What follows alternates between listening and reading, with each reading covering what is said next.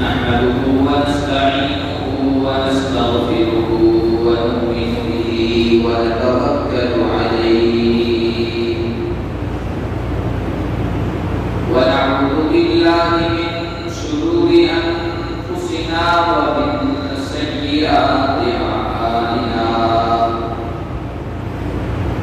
من يهده الله فلا مضل له ومن يضلل فلا هادي له ونشهد أن سيدنا ومولانا محمدا عبده ورسوله أما بعد فأعوذ بالله من الشيطان الرجيم بسم الله الرحمن الرحيم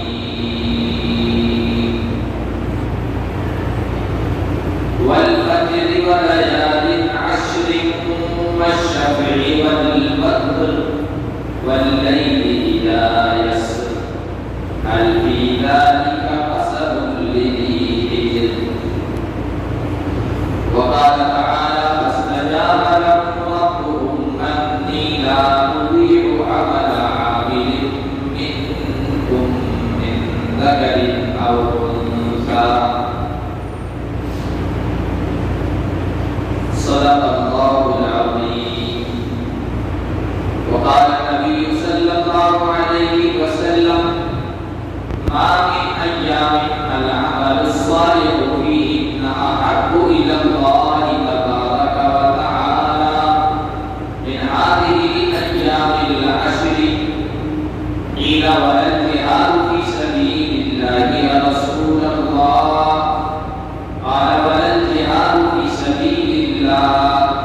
إلا رجل خرج بنفسه وماله ولم يرجع من ذلك بشيء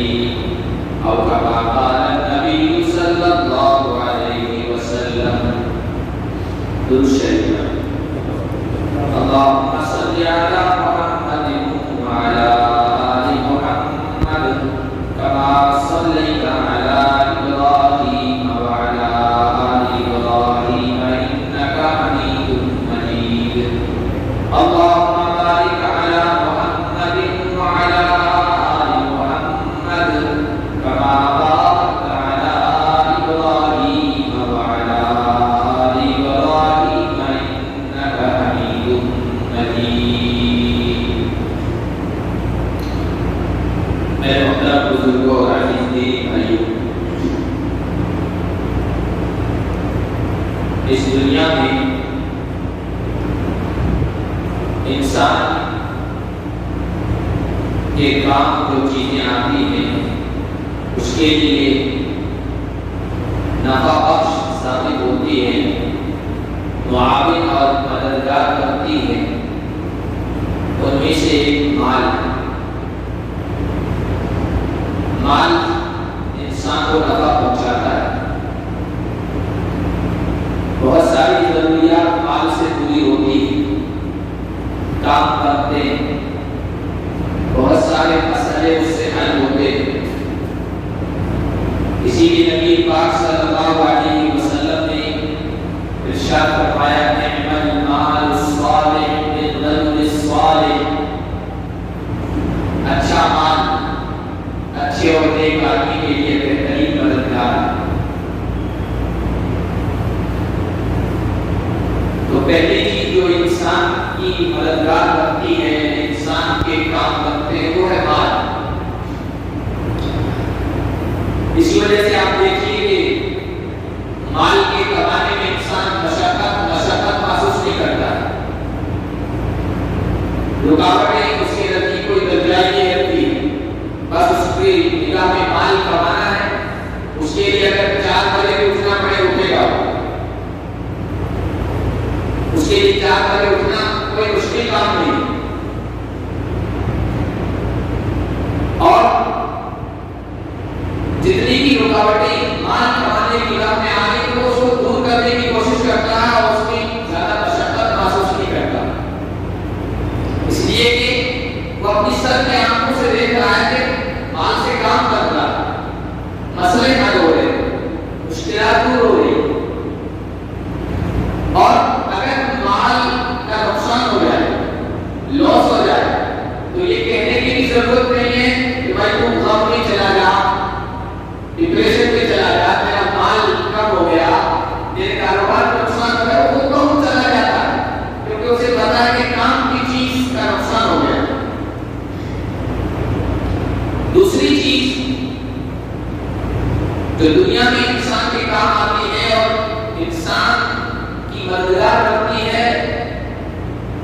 اس کے گھر والے.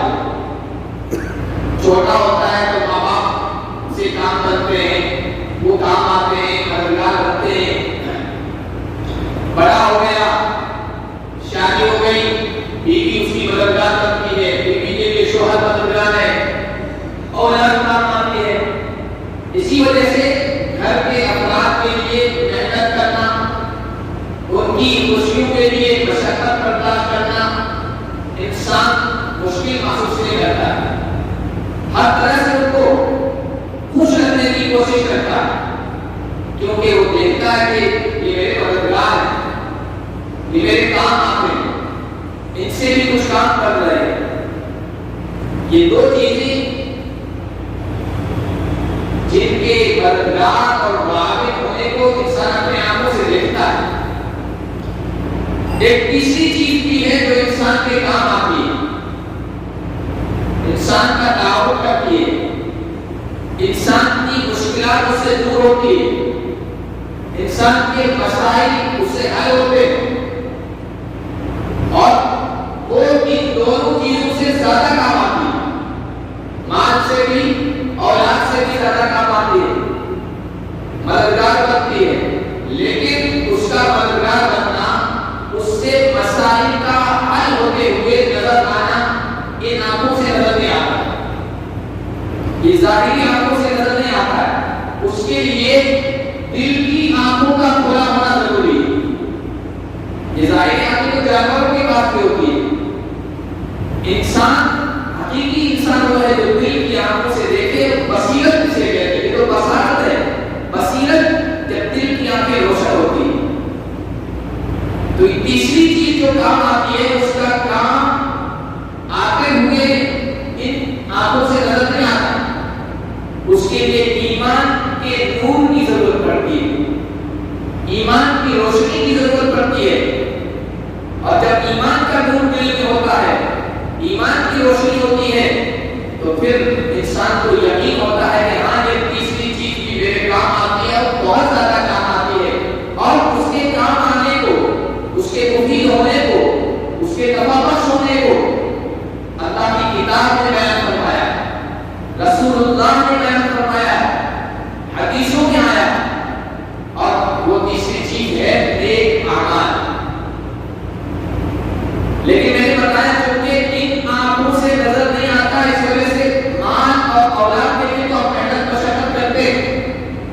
اس کے لیے اتنی محنت نہیں ہوتی ہے, اتنی مشقت نہیں ہوتی ہے جتنی ہونی چاہیے, کیونکہ ظاہری آنکھوں سے ہمیں اتنا نظر نہیں آتا ہے کہ یہ بھی مفید ہوتا ہے دنیا کی زندگی. یہ تو ہے ہمارے ذہن و دماغ میں کہ آخرت یہ کام آئے گا, لیکن دنیا میں بھی یہ کام آتا ہے, اس سے مسائل حل ہوتے ہیں, اتنا ہمارا یقین نہیں. اس وجہ سے عمل میں, اعمال صالحہ کے انجام دینے میں, عبادتوں میں وہ ذوق شوق نہیں ہوتا ہے جو مال کمانے میں ہوتا ہے. اللہ کے نبی صلی اللہ علیہ وسلم نے فرمایا کہ تیسری چیز بھی تمہاری مددگار بنتی ہے. اب نیک اعمال نیکی, یہ بے شمار ہیں نیکیاں. اللہ کے نبی نے فرمایا دعاء ينفع مما نزل ومما لم ينزل. دعا کرنا, اللہ کے سامنے ہاتھ اٹھانا, یہ بھی ایک نیکی ہے, ایک عمل ہے. کاش یہ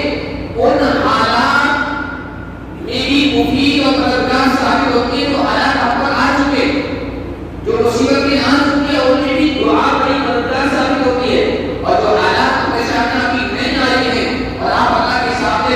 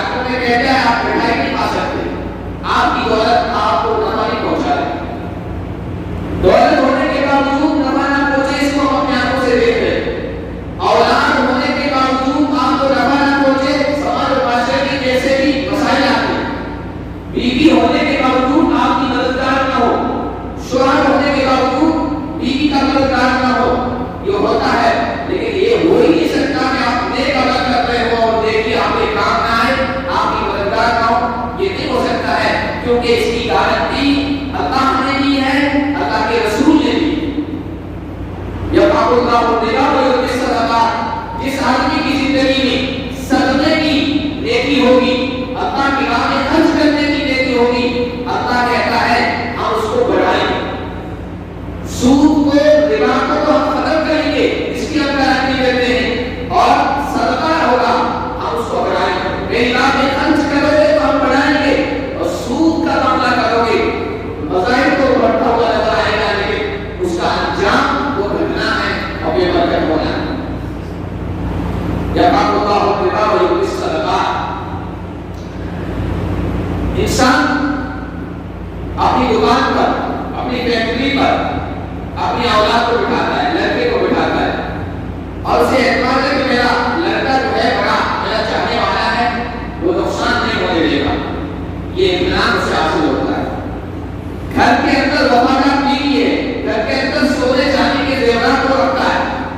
اور اسے اطمینان ہوتا ہے، اطمینان کے ساتھ وہ گھر سے باہر جاتا ہے، کیوں کہ وفادار بیوی موجود ہے، نقصان نہیں ہوگا۔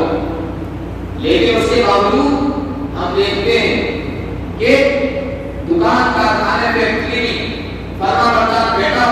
موجود ہے، اس کے باوجود بھی نقصان ہو جاتا ہے۔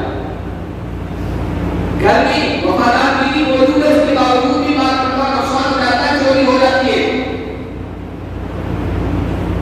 دنیا کی ظاہری چیزوں پر انسان اعتماد کرتا ہے، لیکن اعتماد کے باوجود بھی نقصان ہو جاتا ہے۔ لیکن اللہ کے نبی صلی اللہ علیہ وسلم نے حفاظت کا جو طریقہ بتایا ہے، انسان اس کو صحیح طریقے سے اپنا لے، مکمل طریقے سے، وہی کہہ سکتا ہے کہ اس کو نقصان پہنچ جائے۔ اصیلوا اموالکم بالزکاۃ، اپنے مال کی، کاروبار کی، کارخانے اور فیکٹری کی حفاظت کرنا چاہتے ہو تو اس کو محفوظ کر لو، مکمل زکات ادا کر کے۔ یہ ایسی شکل و صورت اللہ کے نبی نے بتائی ہے، زکات ادا کرنا یہ نیکی ہے، نیک عمل ہے، یہ اختیار کرو گے مال محفوظ ہو جائیں گے۔ اس لیے کہتے ہیں قلعے کو، اس طرح قلعے کے اندر انسان محفوظ ہو جاتا ہے، کوئی محفوظ ہو جاتی ہے، زکات گویا قلعے کی شکل اختیار کر لیتی ہے، اس کے اندر مال محفوظ ہو جاتا ہے۔ آپ کے پاس مال ہے، دولت ہے، گھر میں کوئی بیمار پڑ گیا، ہو سکتا ہے آپ اس مال اور دولت کی وجہ سے اچھے سے اچھے ہاسپٹل کا انتخاب کریں، اس کا علاج کروائیں، قیمتی سے قیمتی دوائی خرید سکتے ہیں، لیکن ضروری نہیں ہے کہ اسے شفا مل جائے، اسے شفا مل جائے، اسے صحت مل جائے۔ لیکن اللہ کے نبی صلی اللہ علیہ وسلم نے ایک نیک عمل بتایا ہے، دعوا مرضاکم بالصدقہ، اپنے مریضوں کا علاج صدقہ لے کر کرو۔ یہ ایسی پکی اور یقینی بات ہے کہ اگر ہم جتنا خرچہ کرنے کے لیے ہاسپٹل میں تیار ہو جاتے ہیں، اتنا ہی ہمارا صدقہ اللہ کے راہ میں دے دے، وہی لے سکتا ہے کہ مرض اور بیماری دور نہ ہو۔ لیکن ہوتا کیا ہے، ہاسپٹل میں 2 لاکھ خرچ کرنے کے لیے تیار ہو جاتے ہیں، صدقے کے نام پر 1000 ہوگا، تو یہ تو کوئی موازنہ ہی نہیں بن، جتنا آپ خرچ کرنے کے لیے تیار ہو جاتے ہو کہ اللہ کے راہ میں صدقہ دے دو، آپ کا مرض دور ہو جائے گا، اس لیے کہ اس کی گارنٹی اللہ کے نبی نے دی۔ انسان اپنے مستقبل کو، فیوچر کو اچھے سے اچھا رکھنے کے لیے کوشش کرتا ہے، فیوچر پلاننگ کرتا ہے، میرے بچوں کا فیوچر اچھا ہو، میرا کاروبار ہے تو اس کا فیوچر اچھا رہے، آگے بڑھے پیچھے نہ ہو، اس کے لیے کتنی ہم پلاننگ کرتے ہیں، یہاں تک کہ انسان غلط طریقے مال کمانے کے لیے اختیار کرتا ہے، انشورنس وغیرہ کرواتا ہے تاکہ میں محفوظ رہوں۔ ایک عمل نیکی کا اللہ کے نبی صلی اللہ علیہ وسلم نے بتایا، وَاسْتَقْبِلُوا أَبْوَابَ الْبَلَاءِ،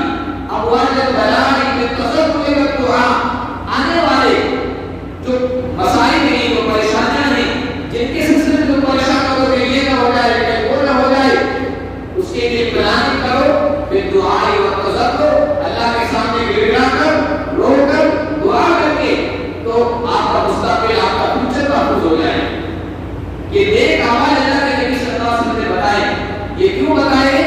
یہ اس وجہ سے بتائے کہ انسان ظاہری طور پر یہ سمجھتا ہے مال کام آ رہا ہے، اولاد، بیوی، بچے کام آ رہے ہیں، گھر کے افراد، فیملی کے ممبر کام آ رہے ہیں، تو ان کے لیے تو محنت مشقت کرتا ہے، لیکن نیکی کے لیے انسان محنت مشقت نہیں کرتا ہے۔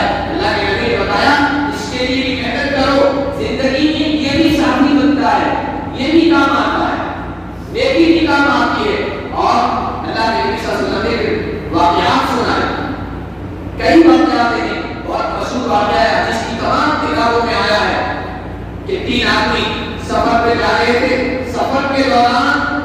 زبردست طوفان آیا، بارش ہونے لگی، تو 3 آدمی بارش سے طوفان سے بچنے کے لیے ایک غار کے اندر چلے گئے۔ تو 3 جب غار کے اندر گئے، اوپر سے کوئی لڑکتی ہوئی چٹان آئی اور غار کے منہ کو بند کر دیا۔ ہم نے اندر ہوا، نہ روشنی، نہ کوئی اور انتظام۔ اب دیکھیے اندر بند ہو گئے،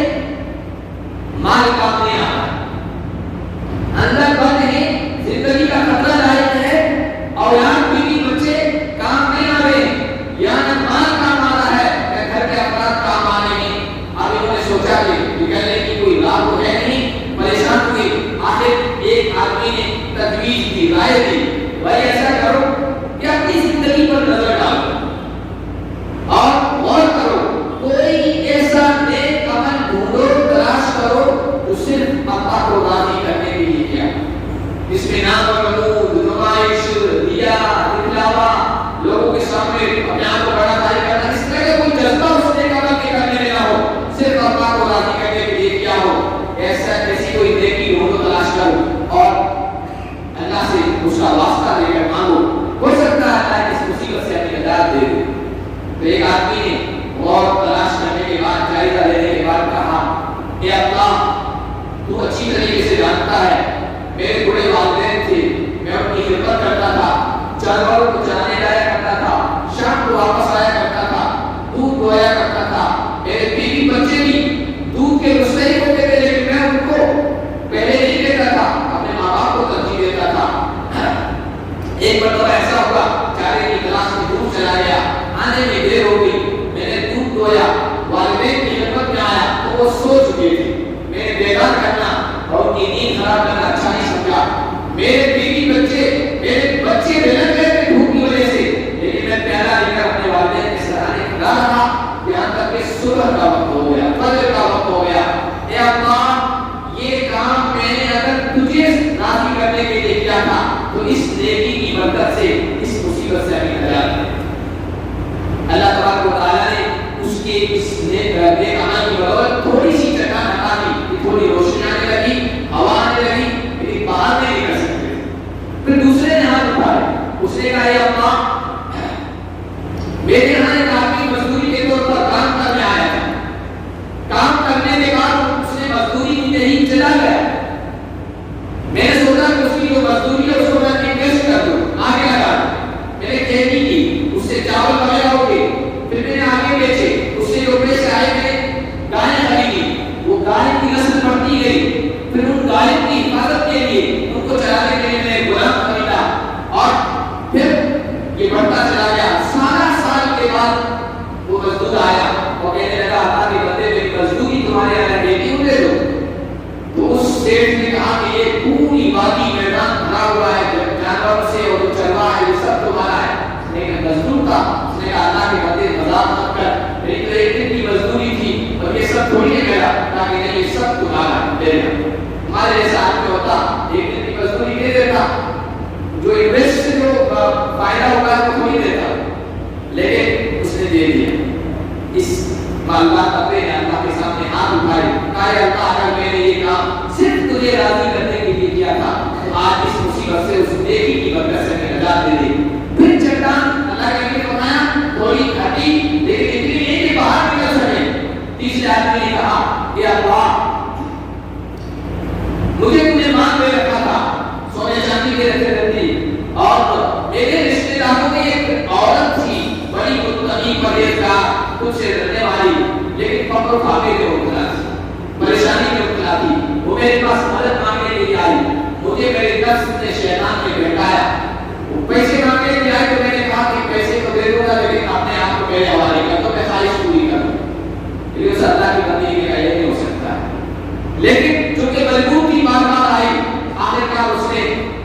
اپنے فقر فاقے کو دیکھا، پریشانی کو دیکھا، اس نے اپنے آپ کو میرے حوالے کر دیا۔ میں نے 100 دینار، بہت بڑی قیمت ہوتی ہے، تب وہ میں نے اس کے حوالے کر دیا۔ لیکن جب اس نے میرے حوالے کیا، تنہائی میں خلوت میں ہم پہنچے اور زناکاری کی بدکاری میں مبتلا ہونا ہی چاہتا تھا، وہ اللہ کی نیک بندی تھی، ڈرنے والی تھی۔ اس نے کہا یا عبداللہ اتق اللہ ولا تخذ الخاطب الا بحقہ، اللہ کے بندے اللہ سے ڈر جا، میں نے یہ غلط مجھ پر طاری ہو گیا اور میں فوراً اس سے دور ہٹ گیا اور جو پیسے دیے تھے اس کا بھی میں نے واپس مطالبہ نہیں کیا. یا اللہ اگر یہ کام میں نے تجھے راضی کرنے کے لیے کیا تھا تو اس نیک عمل کی بدولت اللہ تو ہم کو اس مصیبت سے نجات دے دے. اللہ کے نبی صلی اللہ علیہ وسلم نے کہا ان تینوں نے اپنے نیک اعمال کا وسیلہ کیا, نیک اعمال پیش کیے, چٹان ہٹ گئی اور وہ صحیح سالم اس گفا سے اس بات سے باہر نکلا. تو دیکھیے یہ نیکیاں, یہ نیک اعمال ہیں, یہ وہاں اسی زندگی میں آخرت میں تو ہوگا ہی, اسی زندگی میں وہاں کام آ رہے ہیں نیک اعمال, یہ نیکیاں جب مال کام نہیں آ رہا ہے, جب گھر والے کام نہیں آ رہے, جب فیملی کے ممبر کام نہیں آ رہے. اور اللہ کے نبی نے قرآن نے ہمیں بار بار دوہرا کر یہ سمجھایا ہے کہ اللہ کے بندو نیک اعمال بھی کرو, نیکیوں میں بھی آگے بڑھو. یہ بھی اسی زندگی میں تمہارا بہترین تمہارے مددگار ثابت ہوگی. اس سے بھی مسائل حل ہوتے ہیں, اس سے بھی پریشانیاں دور ہوتی ہے. اللہ کے نبی صلی اللہ علیہ وسلم نے بیان فرمایا جو آدمی اللہ کو راضی کر لے, اللہ کی خوشنودی اور رضا کو حاصل کرنا اپنا مقصد بنا لیتا ہے, من جعل همه جو اپنا ارادہ اپنا پورا مقصد بنا لیتا ہے کہ میں اللہ کو راضی کروں گا, نیکیاں کروں گا, اللہ کو خوش کرنے کی کوشش کروں گا, اللہ اسے دو انعام کسی دنیا میں عطا فرماتے ہیں. جعل غناه في قلبه, پہلا انعام یہ دیتے ہیں کہ اس کے دل کو مالداری سے بھر دیتے ہیں, دل کو مالداری سے بھر دیتے ہیں. مالداری یہ نہیں کہ آپ کے پاس بہت مال آ جائے, بہت دولت آ جائے, بلکہ دل کے اندر مالداری آ گئی, سب سے بڑا دولت مند ایسا شخص. ورنہ ہوتا ہی ہے دنیا کے اندر آپ دیکھ لیں کہ اندر مالداری نہیں ہے, اندر فقر باقا ہے, دل خالی ہے, دل محتاجی سے بھرا ہوا ہے, اندر تپش ہے, اندر ایک آگ لگی ہوئی ہے, بس زیادہ سے زیادہ آئی. کہیں انسان کو چین اور سکون نہیں لینے دیتی ہے یہ چیز. ظاہر میں بہت کچھ ہے, سب کچھ ہے دنیا کے اعتبار سے, لیکن اندر مالداری نہیں ہے, اندر غنا نہیں ہے. وہ کہیں گیا اپنے سے زیادہ کسی بڑے کو دیکھا, اپنے سے زیادہ اچھی گاڑی دیکھی, اپنے سے زیادہ اچھا بنگلہ دیکھا, اپنے سے زیادہ اچھا کسی کو کسی حالت میں دیکھا, واپس آ کر پریشان ہوتا ہے, ارے اس کے پاس تو یہ بھی ہے, میرے پاس ابھی تک یہ بھی نہیں. سب کچھ ہونے کے باوجود یہ اندر کا فرق انسان کو پریشان رکھتا ہے. نوجوانوں کو دیکھو, اپنے سے زیادہ اچھا موبائل دیکھا, حالانکہ اس کے پاس اچھا سا موبائل ہے, پھر بھی ذرا کسی کا اچھا دیکھا, واپس گھر میں آ کر مایوسی کی کیفیت میں مبتلا ہو جاتا ہے. یار اس کا موبائل ایسا ہے, اس کے پاس تو گاڑی ایسی ہے, اس کے کپڑے ایسے, میرے پاس تو ایسے نہیں ہے, حالانکہ وہ بہترین سے بہترین لباس پہنا ہوا. اللہ ایک انعام یہ دیتے ہیں, دل کے مالداری سے بھر دیتے ہیں اور اس کے کاموں کو سمیٹ دیتے ہیں, اس کے کام حل ہوتے چلے جاتے ہیں, مسائل حل ہوتے چلے جاتے ہیں, اس کے کاموں کو الجھاتے ہیں. اور جو نیکی کو مقصد نہیں بناتا ہے, اللہ کو مقصد نہیں بناتا ہے, تقوی کو مقصد نہیں بناتا ہے, اللہ اسے دو چیزوں میں مبتلا کر دیتے ہیں. جعل فقرہ بین عینیہ, فقر و فقر اس کی نگاہ کے سامنے رکھ دیتے ہیں. وہ ملینر ہوگا, لیکن پھر بھی پتہ نہیں کب دولت ختم ہو جائے, پتہ نہیں سب کا اسباب ختم ہو جائے, بس زیادہ سے زیادہ لوٹنے کی فکر میں رہتا ہے. فقر و فقر کو اس کی نگاہ کے سامنے کر دیتا ہے. وشدد شدہ, معاملات کو الجھا دیتا ہے, پریشانیوں کو کھول دیتا ہے. ایک تو یہ کہ اللہ مد مٹھی میں رزق دے دیتا ہے, وہ نیکی کرنے والے کو دیتا ہے, اور جیسے بظاہر مالدار کو نیکی جس کے سامنے نہیں ہے, شدد شدہ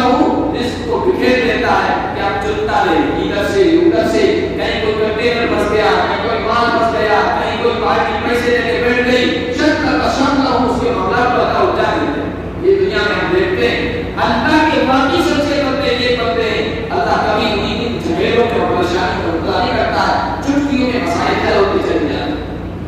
تو یہ دیکھیے کام آ رہی, اور کتنے دلائل قرآن حدیث سے میں آپ کو بتا سکتا ہوں. قرآن اور حدیث میں ایسے کتنی باتیں بیان کی گئی ہیں, یہ سمجھایا گیا ہے نیکیاں کام آ رہی. اور صرف نیکی کرنے والے کو نہیں, اس کی ساتھ اس کو اس نیکی کا اثر مل رہا ہے. وَأَمَّا الْكِتَابُ فَكَانَ لِغُلَامَيْنِ يَتِيمَيْنِ فِي الْمَدِينَةِ وَكَانَ تَحْتَهُ كَنْزٌ لَهُمَا وَكَانَ أَبُوهُمَا صَالِحًا. ایک نبی, ایک اللہ کا محبوب بندہ خضر اور موسیٰ ایک دیوار کو سیدھا کر رہے ہیں. ایک شہر میں, ایک گاؤں میں ایک نبی پتھر اٹھا کے لا رہا ہے,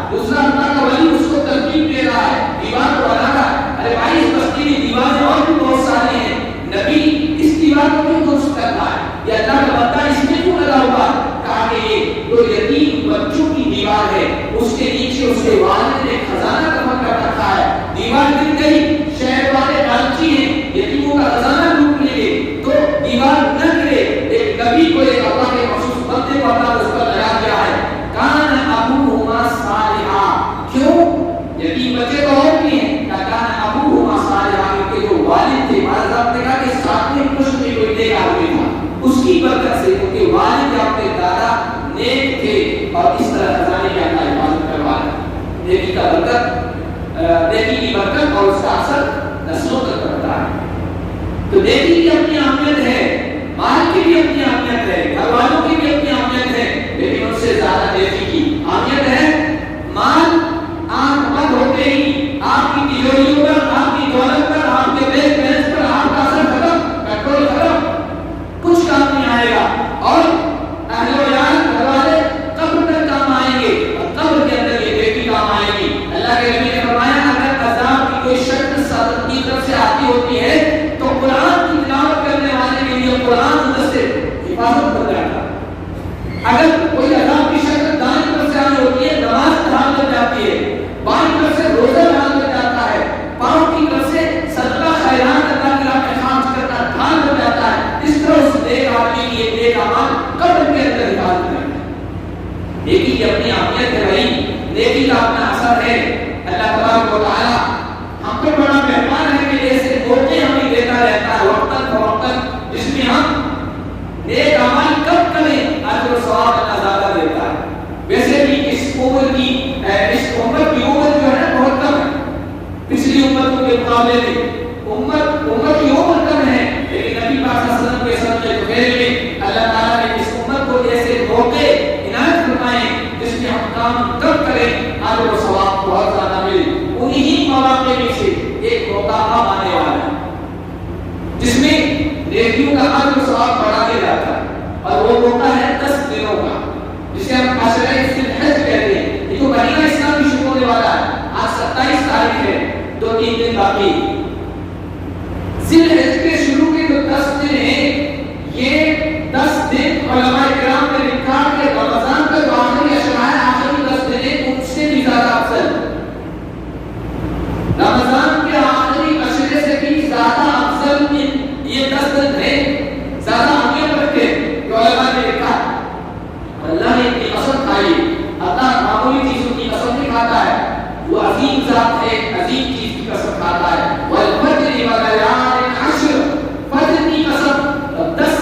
دنوں کی قسم، ان 10 دنوں سے مراد یہ ذی الحج کے 10 دن، یہ نیکیوں کے دن۔ اللہ کے نبی نے فرمایا سال کے 360 دنوں میں آپ کوئی نیک عمل کرو، کوئی بھی نیک عمل ان دنوں میں کیے جانے والے نیک عمل کا مقابلہ نہیں کر سکتا۔ تو صحابہ کے ذہن میں بات کی کہ جہاد کی سبیل اللہ تو بہت اونچا مقام ہے، کیونکہ اس میں انسان اپنی جان پر قربان کر دیتا ہے۔ رسول اللہ جہاد کی سبیل اللہ بھی ان 10 دنوں میں کیے جانے والے نیک عمل کا مقابلہ نہیں کر سکتا۔ قال الجہاد فی سبیل اللہ، کیا جہاد کی سبیل اللہ بھی ان دنوں میں کیے جانے والے نیک عمل کا مقابلہ نہیں کر سکتا ہے؟ ہاں، کوئی آدمی اللہ کی راہ میں نکلے، اپنی جان پہ قربان کر دے، اپنا مال بھی وہاں نشان کر دے، واپس نہ آئے، اس کا بھی عمل تو بڑا ہوا ہے، اس کے اس عمل کا تو مقابلہ نہیں کر سکتا، کیونکہ اپنا سب کچھ نشان کر چکا ہے۔ باقی سال کے 360 دنوں میں کوئی بھی آپ نیک عمل کریں، ان دنوں کے نیک اعمال کا مقابلہ نہیں کر سکتے۔